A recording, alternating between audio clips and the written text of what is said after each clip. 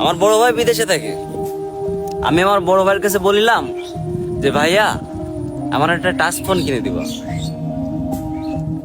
সে কিছুদিন পরে দেশে আসে, আসার পরে সে টাচ ফোনটাও নিয়ে আসে। তবে সে টাচ ফোন কিন্তু আমার জন্য আনে না, আনে তার শালির জন্য। সে এনে তার শালিকে দিয়ে দেয়। আর আমি যে চাইতে গেলাম টাচ ফোনটা, যে ভাই আমার টাচ ফোন কই দাও, সে বলে কিসের টাচ ফোন? তখন কিরাম লাগে যে আমার বড় ভাই, আমি বললাম যে আমার জন্য একটা ফোন আনতি, সে আমার জন্য ফোন না এনে তার শালির জন্য। আমি পরে জানতে পারি যে তার শালির এই ফোনটা দিয়ে দিয়েছে আমার ফোনটা। তাহলে আমি একটা অপমানিত হয়ে গেলাম না জায়গায়। আসলে ভাই একটা জিনিস কি, মানে যতই কাছের হোক নিজের হোক, মানে কেউ কাছে কোনো জিনিস আবদার করা যাবে না।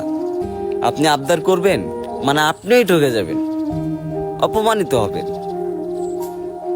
এই জন্য ভাই কেউ কাছে আবদার করি না কোনো কিছু। শুধু বড় ভাইয়ের কাছে একটা জিনিস আবদার করিলাম, তাও সে দিতে পারলো না।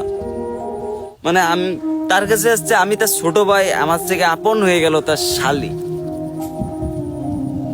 আর আমি তার কাছে বড় হয়ে গেলাম। এটাই তো বোঝা যায়। মানে আমি তার কাছে ফোনটা চালাম, সে আমার ফোন দিল না, কিন্তু শালি একবার চাইলো তার শালিরে ফোনটা দিয়ে দিল। কিন্তু আমি তার মানে বারবার ফোন করে ভাইয়া বলতাম যে ভাইয়া আমার ফোন লাগবে, আমার একটা ফোন দিয়ে নে, সে আমার দিল না। ভাই জীবনটা এরকমই ভাই, সবাই এরকম, সবাই স্বার্থপর ভাই। আপনি কেউ কাছে কিছু আবদার করবেন না, আর আপনি যদি আবদার করে থাকেন তাহলে আপনি ঠকে যাবেন, আপনি ঠকে যাবেন, আপনি অপমানিত হবেন।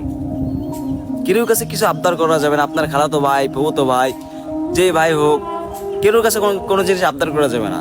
আপনি আবদার করবেন, আপনি অপমানিত হবেন।